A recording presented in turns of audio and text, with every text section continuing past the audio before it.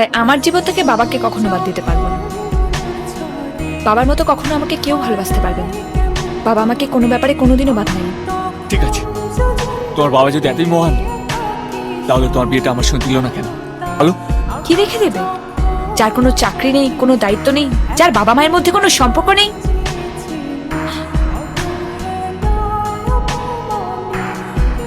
ঠিক আছে, আমার বাবা মা খারাপ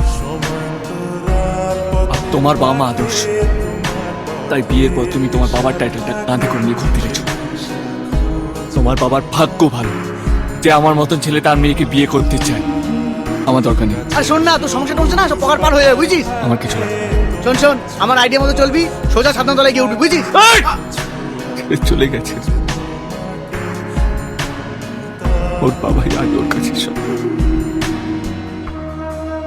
আমার ভালোবাসার ওর কাছে কোনো দাম